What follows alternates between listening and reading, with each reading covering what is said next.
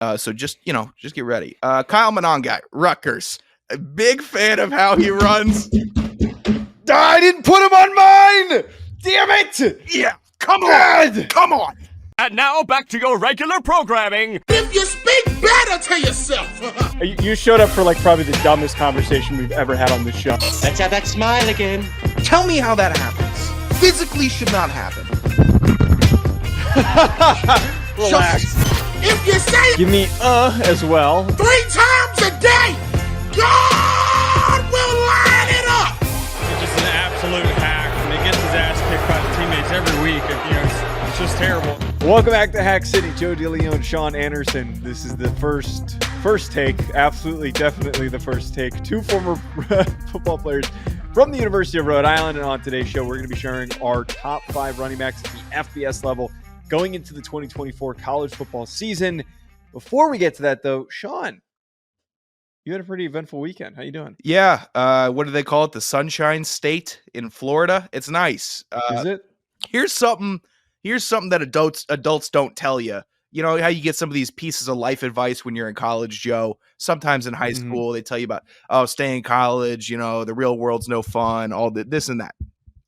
They don't tell you that as you get older, sunscreen just becomes mandatory. There's no, hey, I can get away with a day not putting it on in the Florida sun without destroying my body. That's never told to me. I can't believe how thick I have to layer the sunscreen, not just to prevent myself from getting tan, but to prevent myself from getting seriously burned. And then later, you just don't get tan. And also, let's couple that with, I guess, allergies get worse when you get older. That's something I've now learned, because I'm wondering what's going on with my nose. It's a little stuffy around this time of the year. I'm walking around Chipper Jones, walking around happy, you go lucky. And now I got a weird voice. My nose is stuffy. There's pollen flying everywhere. Never dealt with it. Now I'm catching pollen and I can't catch a tan. Are you sure some of these things aren't just because you don't take very good care Let's of yourself? Not bring up diet really. and alcoholism for the weekend. Look, these are new things to me. I know you've always gotten burned. I know you've always struggled to get tan. And I know you've always dealt with bad allergies. But now I'm starting to come back down to your level from superhero to... Yeah, because I never took care of myself, and now I do, and then it's the other way around. So that's why I made that. You're the most sickly person I know. Stop it. That's not true. You think you're okay? Gotcha. Whatever. Let's get to betting. Right? Can we talk about betting for a moment? To kick I hit an Alex Pereira bet. I made $20 on Bet Online. Congratulations. That's a good bet to hit. I was hitting some good Masters bets, some good golf bets. It was good. Jason Day, thanks for making the cut, and Augusta, thanks for letting the cut line get up to +5. Great work, dummies, running my pockets up. That's awesome. BetOnline is the number one source for all your summer sports. MLB, golf, NBA, NHL playoffs are coming around. Get the latest odds and lines, including the latest team matchups, player props, and odds on just about every sport out there. Head to the website today or use your mobile device to get in on the action. BetOnline, where the game starts. I thought their tagline changed. Or am I crazy? Joe, come on. It's now we're back to where the game starts. Let's see here. Right. On 9th, where the game starts. On the 2nd, it was the game. Okay, we're not here. Oh, okay. It's probably Cam's fault. All right, Sean, let's get into talking about our top 5 running backs from college football heading into the 2024 season. As we did on the quarterback show, make sure you go and check that out. And if you don't want to miss any of our others, hit the subscribe button, make sure you hit the like button, drop a comment on which guys you want to see, or maybe that we end up missing on this list. We're going to go in reverse order here. We're going to alternate like we did on the quarterback show. I'm going to start off with my number 5 guy, who was one of the leading runners last year. That being Tahj Brooks from Texas Tech, the 5'10", 220-pound back. Last year, he rushed for 1,500 yards and 10 touchdowns. Didn't really do much as a receiver, and that's kind of part of the reason why I kind of stuck him at 5. But I think that Texas Tech has just been so up and down in their success. They've been really, really inconsistent. So to see them have some steadiness at the running back position. Makes me feel good about what they could do next year. They've been a program that we've talked about. They've got all this money. They've got potentially all this NIL support because they've got rich oil money backing the program. But can they actually win games? Can they succeed now that Texas and Oklahoma aren't there? And I think that if they have a big year offensively next year, it is going to be on the back of Tahj Brooks, who is so freaking fun to watch. I mean, he's 220 pounds and he runs like it. He is downhill, in your face, run through an MFer's chin strap when he comes and makes contact. Tahj Brooks, Texas Tech, number 5. Texas Tech is going to do their is going to work their hardest to make sure, the spirit of college football doesn't die. And that's by having, beef eating running backs loading up that backfield and making everybody pay on the defense. Tahj Brooks, I had him at 4. Very excited about this selection. Hard runner. I like what he does in between the tackles. Their scheme works. But he's an effort guy in the backfield. He belongs in the top 5. I like his movement. He's decisive with his cuts. He can be patient when he wants to. I think he's a really quality running back. I'm glad you were able to incorporate him on your list, even though I know you're partial to dual threat running backs. I will give my number 5 guy right now. Before that, since I do not like to be restricted by the lists, let me give a watch out for, and then my honorable mention. Watch out for Penny Boone at Louisville. Oh. Transferred up from Toledo, led the MAC in rushing last year, has a top of the FBS frame. Stop making faces. This is going to be quick. Honorable mention, Penn State boys, Katron Allen and Nick Singleton. I'm still holding out faith. Yeah, you can't pick one. You can't pick one. I'm still holding out faith that that one of them really booms this season. But my number 5, Joe, hold on to your seat, please. Just don't say some dumb. Don't say some. It's not going to be dumb, but your reaction is going to be what it shouldn't be. So just get ready. Kyle Monangai, Rutgers. A big fan of how he runs. I didn't put him on mine. Damn it! Yeah, come on. Kyle Monangai. I'm juiced up. Rutgers. I knocked my camera out of focus. It seems that Rutgers is starting to build a system of a specific type of running back. And Monangai runs a lot like Pacheco at times. It's a bit cartoony, but it's like, this is a weird, it's Gear 5 cartoony, where it's really effective, where you're looking at his arm. He does this great balance, regather, and momentum change with his arm. Like he's almost like a fighter would. And he's getting up and he's creating different lanes that a lot of defenders aren't used to. It's not, here's the angle, here's the straight line, I can track him down here. It's, he's creating new lines on the grass. He is not running within the traffic patterns. And that's so fun. He was explosive. How much noise Rutgers is going to make next year, I'm not really bothered about it. I don't think it's going to be a tremendous amount. But this is a guy you should keep your eye on. I think he's going to rush for a ton of yards next year. I think he was the ACC lead rusher this past year. I don't know. He had a great year.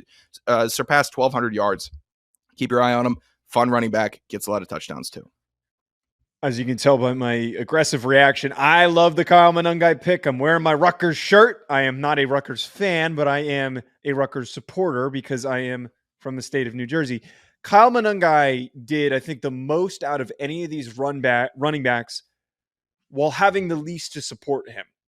Quarterback position was inconsistent. Their offensive line was okay, not really putting out any NFL guys on their offensive line. So for them to be able to produce a back that rushed for 1,200 yards and 8 touchdowns and 5.2 yards per carry, I think says a lot about Monangai. He's only 5'9", 210, but he runs like he's 6'2", 220. He runs hard. He's got a little bit of that extra juice to, like, when you break away and you break that first tackle, he peels away. He is not a sexy name, and he doesn't play for a program that's exactly going to generate a lot of clicks for us bringing up Kyle Monangai.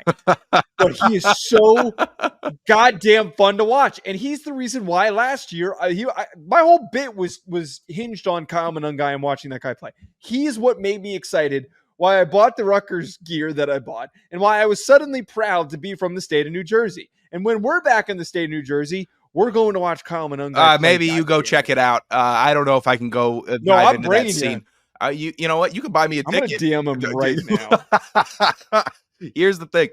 I think, I saw this a little bit at Rhode Island, and I truly believe that all it takes is one dude out of your position group at your school to make it a little bit, and that whole position group gets elevated.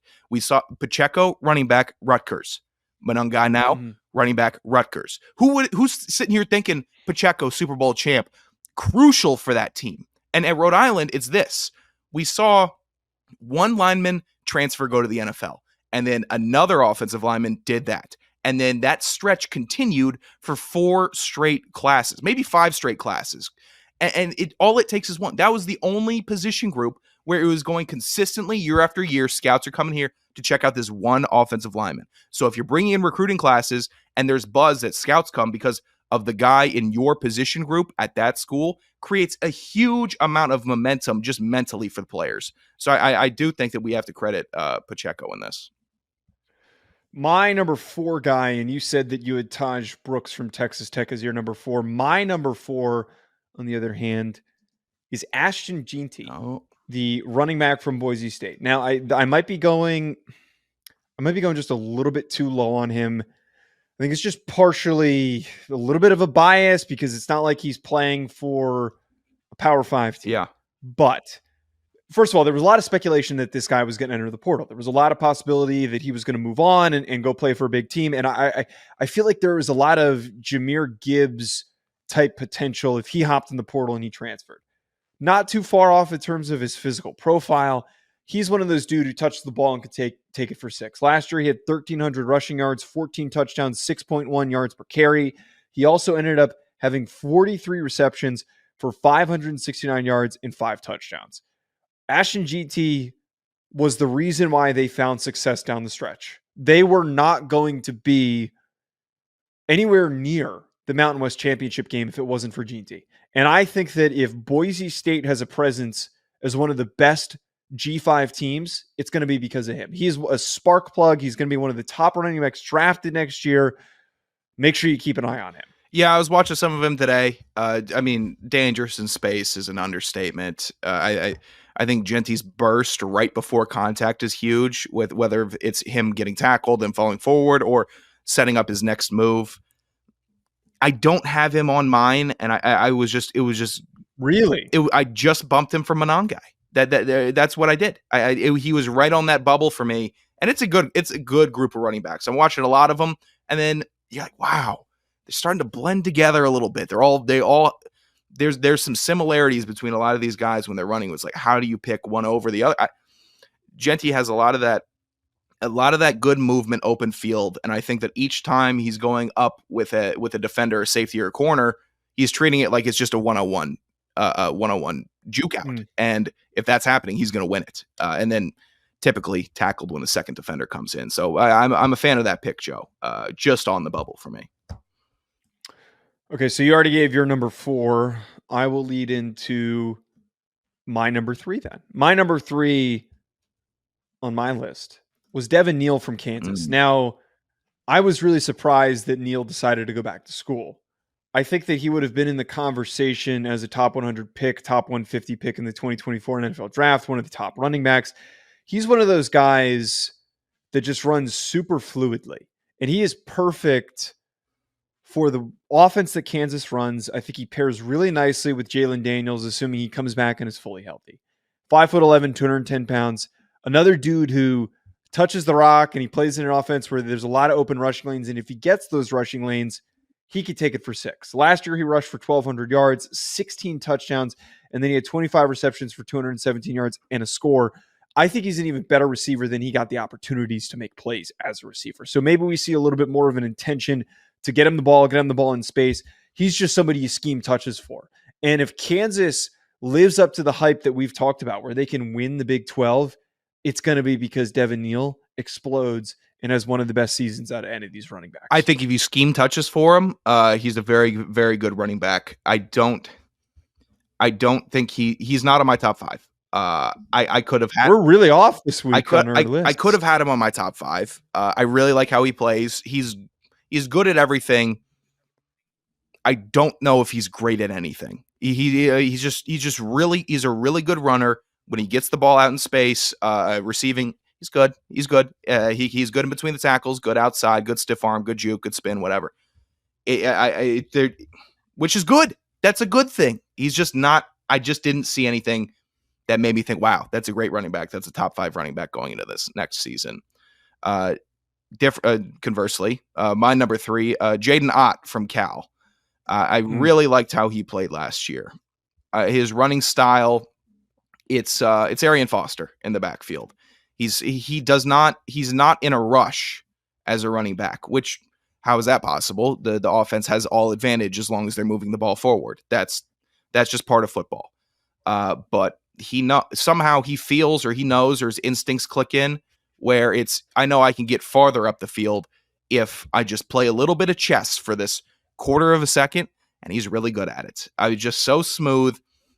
Never looks like, the opposite of Kyle Monangai. There's no excessive movement. There's no flash when he's actually running. It's just posture. Look at me, I'm running, and I made the good call. He's just so casual, down within the 10. Also, it's just like, wow. It's only the guys that have true running back instinct that can be that casual down there. Like Mike Davis, not casual at the goal line. Hey, I can squat 700 pounds. I'm just going to run straight, and we're going to see if we get in this time. Way different than Ott. Hey, I can't necessarily squat 700 pounds, but I can read the movement here, and I know I'm going to get in if I take this lane, and this one block may happen. And he's opportunistic. I really like him as a running back. I like that you threw Ott in here. He would have been my number 6. I was really battling with myself if I went Ott or Tahj Brooks at number 5. That was where I had the debate on where I want to place him. I think that his impact was really tangible because Cal sucked. Like they were not a good team. But they hung around in some games that they weren't supposed to because he was far and away their best player. He is a playmaker. He's a really good running back. I haven't really gotten enough eyes on him to like really evaluate him as a player, as a prospect. And I wish I have had that chance. I'm flipping to 2025 prospects soon. But I think that just from that perspective of the amount of yards he put up, he is going to be in that top 5 conversation. He's going to be right there either on the fringe or it's crazy how many good running backs. That's the thing. Like it is really hard to find ways to fit these guys in. This Ott, Brooks, Neal group is like, okay, different day. I'm feeling maybe a different 3. They're really tightly packed together here in just talent and evaluating.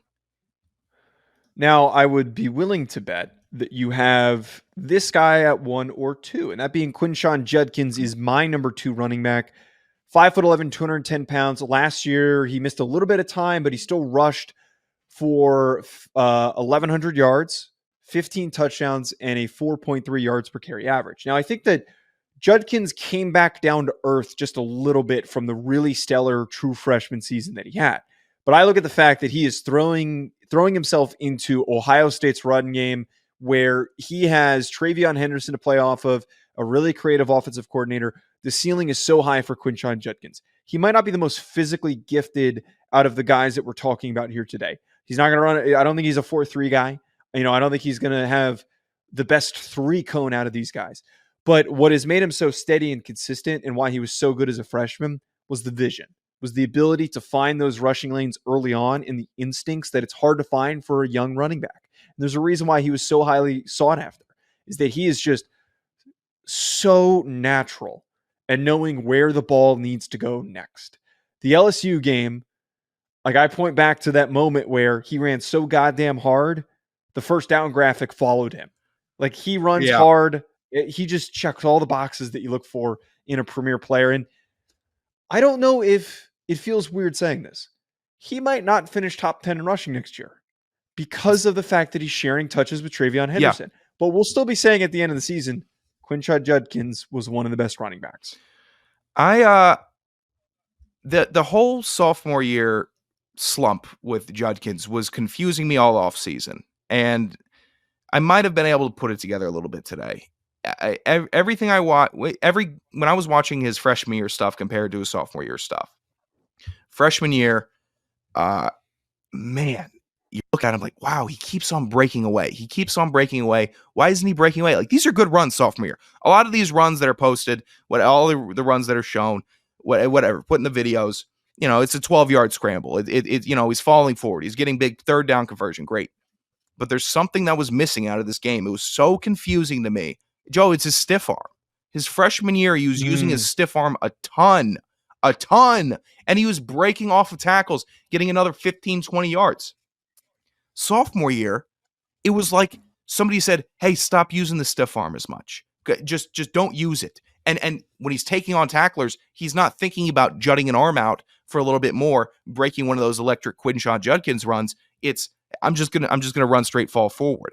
I don't know what that was. It's when you look at it, you're gonna sit there and you're gonna wonder what kind of coach is trying to take what I think was Judkins' maybe second best tool in his toolbox with that stiff arm, coupled with the natural instinct of where to run, where to move the ball forward. Why would you take that out? Why is he not doing it as much? Why change this? And it changed. And I'm just looking at the runs like, you could have popped one. It's not just Monday morning quarterback coaching. Oh, you should have popped one there maybe next week. No, it's pop it. You're withholding the stiff arm enough where why isn't this getting addressed? I don't know what happened in that room in Ole Miss to get him to stop using it. I couldn't believe it. And some, you could quote me and say he used it here. It's way different. But yeah, wait, where did you have him at number 2? Number 1. I think Ohio State is not going to play around, and they're going to say, hey, we're bringing it back. You're gonna start popping that arm back out there and separating and when he hits some of these SEC defenders, I mean, he brutalized Vanderbilt I know they're Vanderbilt in the bottom of the barrel, but it was like you couldn't even get a hand on his chest or his torso. Yeah, Judkins at 1 for me. I see a resurgence, and I'm really hoping he's truly electric for Ohio State. So that means you and I were reverse here on our 1 and 2, and then I would presume that you had last year's leading rusher, Ollie Gordon, at number 2, who was my number 1. Ollie Gordon, I think, and we talked about when we mentioned best players at particular positions coming into next season. He has to be just my favorite player to watch in the sense that he is the most entertaining guy to watch. Nothing succeeded easily in front of him. There was so much resistance and difficulty. I would love to know, someone put out today, I think it was Arjun Menon put out today a graphic for the top running back prospects for yards per carry compared with percentage of stacked boxes that they faced. This was just for draft prospects. But I'd be willing to bet that Ollie Gordon's probably up in that top right corner of faced a lot of stacked boxes and still found an ability to rush a 6.1 yard per carry average. 1,700 yards, 21 touchdowns last year, 330 yards receiving, and a score as a receiver. He is like watching putty run.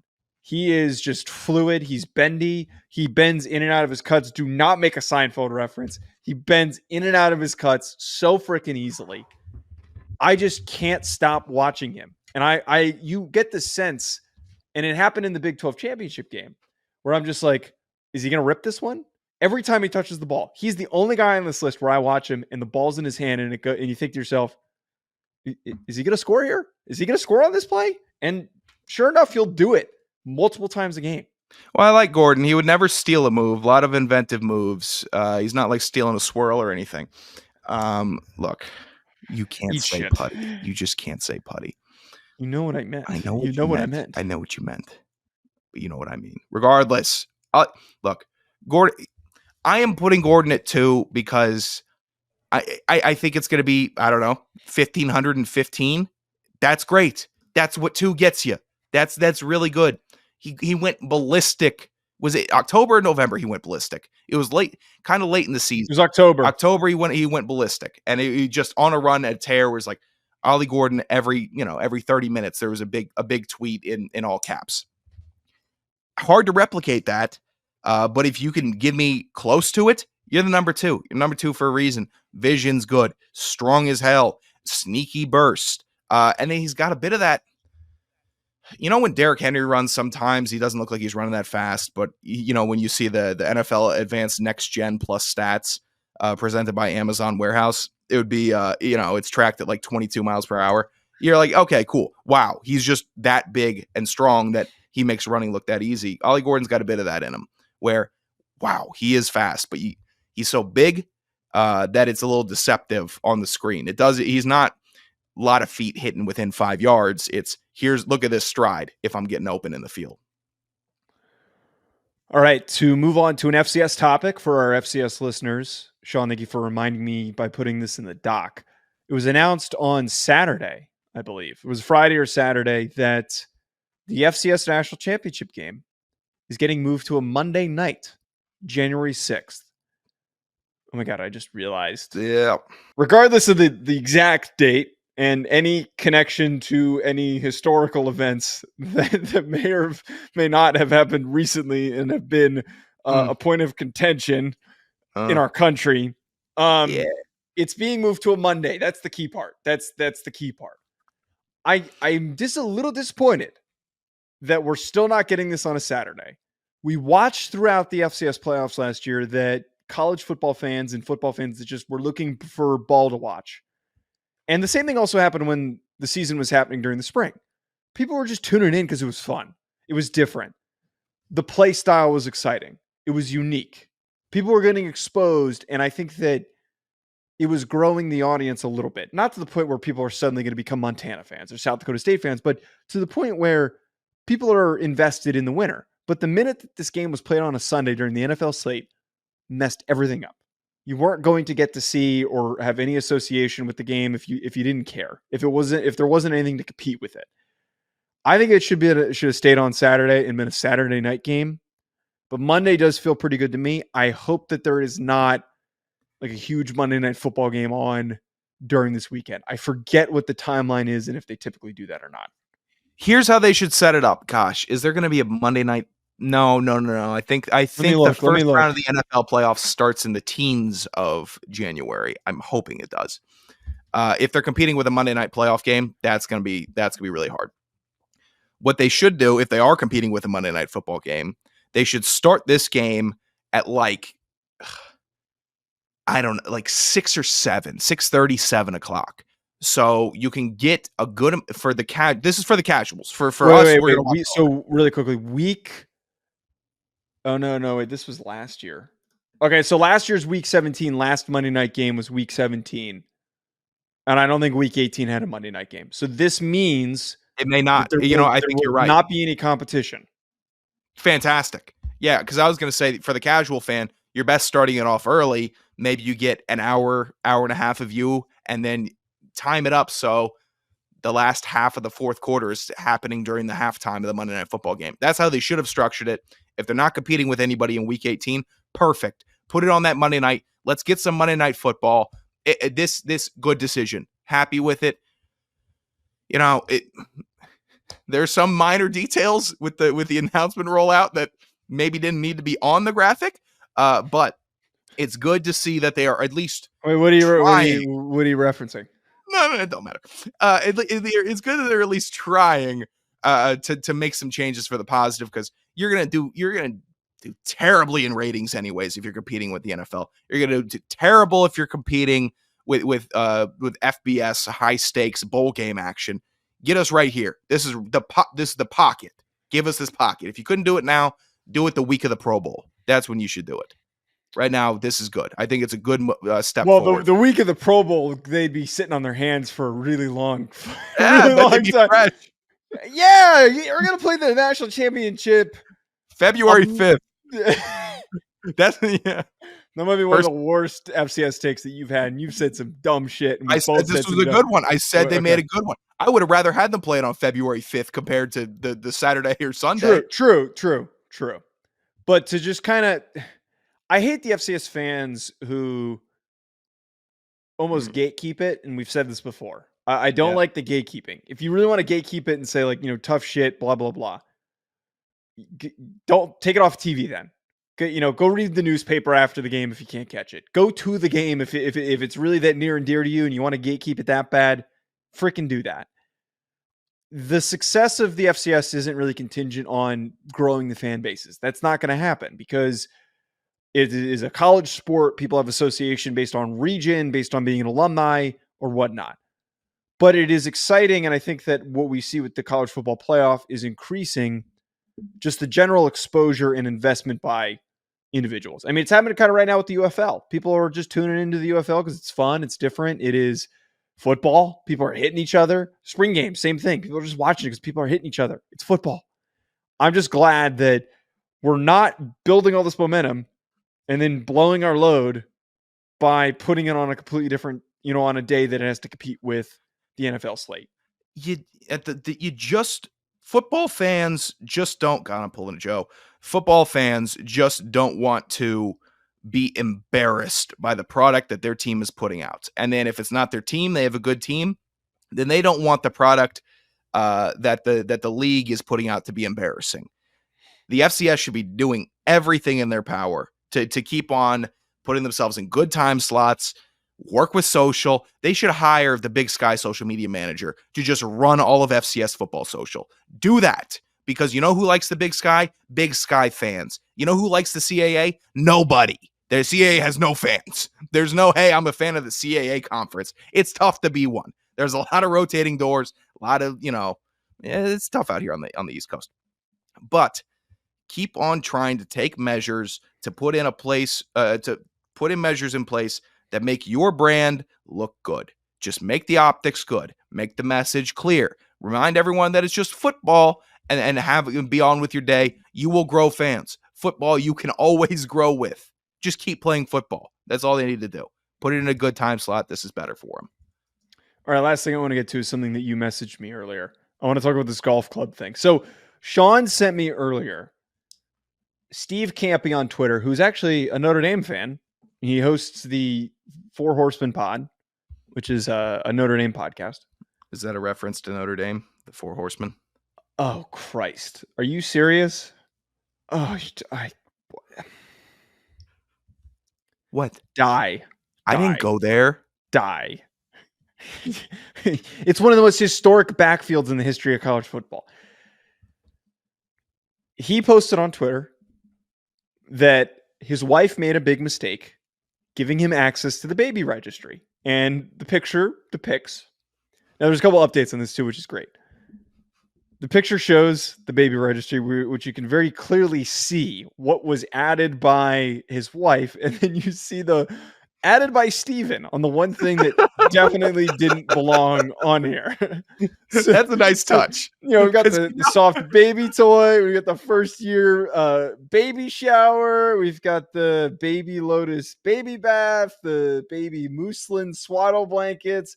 And then at the top, you've got the tailor-made QI-10 Max Fairway wood, custom project edge shafts. But if you scroll down, this is the best part. He says, holy shit, it worked. He put the link. Someone bought him the fairway wood. Good That's for the Steve. best part about this. This guy rocks. Hey, Steve, thank you for setting the precedent, all right? Because, if me and Joe ever have any, whatever, just dudes in general, all right? The baby's getting a ton of stuff. You're probably going to use half of it. Your folks or family's going to give you a bunch of hand-me-downs also. You're going to be stocked. You're going to have baby stuff to the brim in your house. You know what you need and no one's thinking about? Hey, how's Steve's golf game? You think he was struggling with he was struggling. He could get to the fairway, but his approach shot that was weak. He's got this old cruddy wood. Yeah. Let's get him something good. You should be putting. I think for wedding registry and baby registry, dudes should be able to allowed socially accepted. You should be able to put a golf club that you want, just one, not a set, but you should be able to put a club that no more than like $500. Put that club on there, and then you should be expected to get it. This shouldn't be, oh, this is a funny gag. No, I'll get it myself. You should get the club. That's how it works. Everything else going to the baby. Everything else going to the mom. It's good. And I know babies are great. Moms are fantastic. All in on that. But for the fellas, just one golf club. That's all you need. And then you know what? That fixes all the drama, Joe. How happier would you be knowing that you were going to go through bridal shower nonsense, planning the wedding, doing all the baby stuff, if you knew you had a new club coming to you at the end of it? Outside of it, you're more passionate, you're more engaged, You're with the process. All right, I do. we're I do taking think this that'd be good. little too far. We're taking that. You're trying. You to don't take explain it this far is gonna enough. You don't take it I far don't think enough. this definitely doesn't improve parenting skills or investment in the process. How's your mood after you get a new golf club? Better or worse? I haven't got a new golf club in 10 maybe years. maybe you should. That's why you're so miserable. Yeah, I need new clubs. My clubs are dog shit. No, I agree with you, man. I think that you should be allowed to put one club on a registry. I think that it should become socially acceptable. Golf popularity is going up. I think that it is fully socially acceptable. If it is important for your happiness and your mood, I think that it belongs on there. What? Go ahead. Other dudes aren't trying to buy other dudes baby slippers or baby's first bathrobe. All right, get your buddy a golf club if his baby registry is up. All right, that's what you need to do, and then you could just talk about that club the whole time. You don't have to talk about, oh, hey, you think your kid's gonna like that that new hat I got her? I don't know. She's 2. She's 2 months old. It's not gonna matter. Hey, you liking that club? Yeah, I'm loving it. It's great. I went back out 3 strokes down off the game. Perfect. That You're having would a better time. There's a couple of things though that I'm thinking about here. One, his wife's got to be pissed. Like his wife has to be is definitely pissed at this because not only did he put it on there, but somebody went and bought it for him. Yeah. He put the registry. I wonder what happens if we click on the registry. Let me see if So I'm clicking on it. You know what? If this is still open, and he puts a sand wedge on there. Most things have not been purchased. It looks like most things have not been bought. They put a $1,000 swivel glider chair on there. This is the racket that the baby industry is. I know it is. I know it is because I've had friends that have been on the registry, and I've been the dude that's bought hats before because I can't afford these crazy baby accessories. All right, but if I could have bought my buddy a golf club, yeah, I'm doing good. $299 for a high chair. Oh, it doesn't. Wait. Okay, wait. Joe, you want me to get you one of these? You go to purchased. I don't see the 3-wood. Bobby preferred shopping cart cover. Who needs a shopping cart cover? Yeah. By the way, this is all way too much. This is all way too much shit. Cloth. You don't need this much stuff. Look, the main takeaway here, or actually not the main takeaway, but what's sticking out to me. Could you imagine? You're at the baby shower and you're opening all the gifts. Yeah. You're open. I don't know how this process works. If anyone can't tell, you're opening the shit.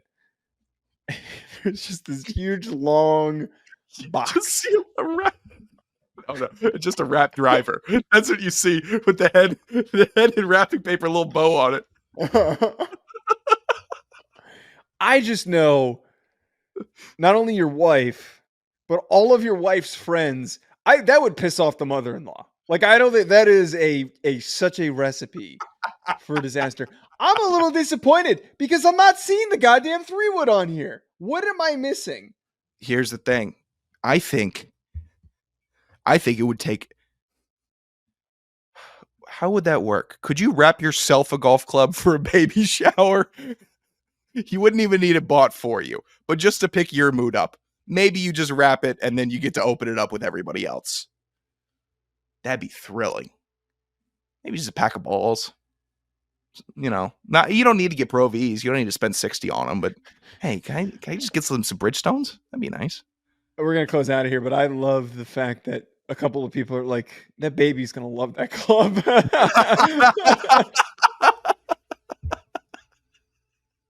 couple other people are giving recommendations on some other clubs that need to be invested in. Hey, look, if you have a second kid, you should check out these pings. All right.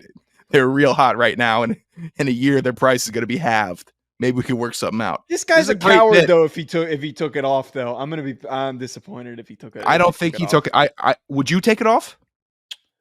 Well, it doesn't. He claims it was purchased. I don't see it on there. I scrolled maybe through.